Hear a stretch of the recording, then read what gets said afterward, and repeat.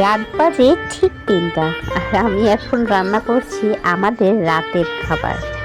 কি অদ্ভুত শোনা যাচ্ছে কথাটা! আসলে হঠাৎ করে মানুষের জীবনের মুহূর্তগুলো যে কেমন হয়ে যায় তা কখনো কাউকে বলে বোঝানো সম্ভব নয়। তো কোনো টাইম পাই না সারাদিনে।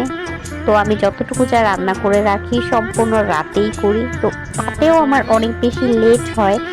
আমি একটু কাজেই বিজি হয়ে গেছি বলতে গেলে, বলা চলে।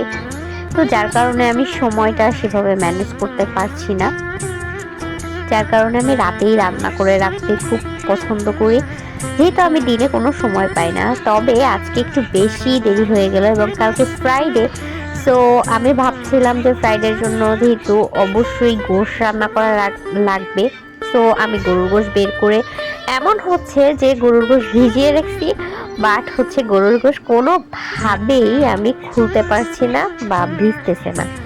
কিছু করার নাই, কিছু কিছু মুহূর্ত মনে হয় যেন ঘুমে চোখ দুটো লেগে যাচ্ছে, তারপর আমরা ঘুমাতে পারছি না।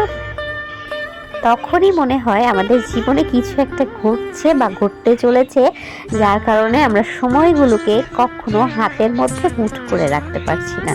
কথায় আছে না, মেয়েরা চাইলেই সব করতে পারে, ব্যাপারটা এমনই। আসলেই মেয়েরা যখন ঠেলায় পড়ে মেয়েরা তখন সব কিছুই করতে পারে।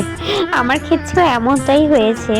তা না হয় আরেকদিন বলবো খন, তবে আজকে আমি আপনাদের সাথে কিন্তু শেয়ার করছি একদম কষানো গরুর মাংস। আমি অলওয়েজ গরুর মাংস হাতে মাখিয়ে রান্না করাটাই প্রেফার করি, বাট অনেক ক্ষেত্রে দেখা যায় যে আমরা যেহেতু মাসকাবাড়ির বাজার একসাথে করি, অনেক ক্ষেত্রে দেখা যায় আমরা গরুর মাংসটা একটু বেশি কিনে ফ্রিজ আপ করে রাখি।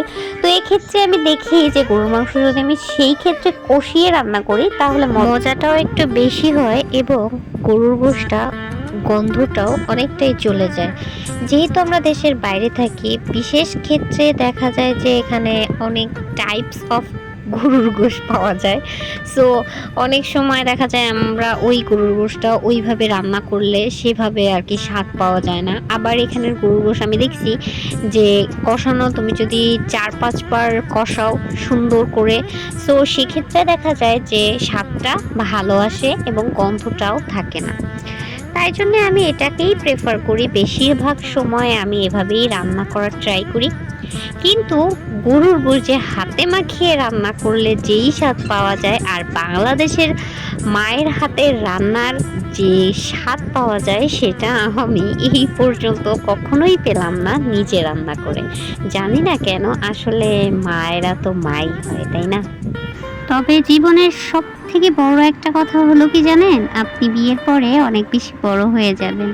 যদি আপনার কম বয়সেও বিয়ে হয়ে থাকে তাহলেও আপনি অনেক বড় হয়ে যাবেন। ব্যাপারটা এমন, আপনার দায়িত্ববোধগুলো আপনার ঘাড়ের উপরে এসে খুব ভালোভাবে নাড়া দিতে থাকবে। আর যদি হন এই পরিবারের বড় সন্তানের বউ, তাহলে তার কোনো কথাই নেই। আমি জানি না কার লাইফটা কেমন, কার লাইফ কেমন যাচ্ছে, কার দিন কেমন যাচ্ছে। তবে আলহামদুলিল্লাহ আমরা অনেক ভালো আছি। ব্যাপারটা এটা যে দায়িত্ববোধগুলো, কর্তব্যগুলো সুন্দরভাবে পালন করতে পারলে কিন্তু জীবনে একটা অংশ তোমার খুব ভালোভাবে কাটবে। আর যদি তুমি তোমার দায়িত্বগুলোকে ঠিকমতো পালন করতে না পারো তাহলে তুমি সব দিক থেকে ব্যর্থ হয়ে যাবে।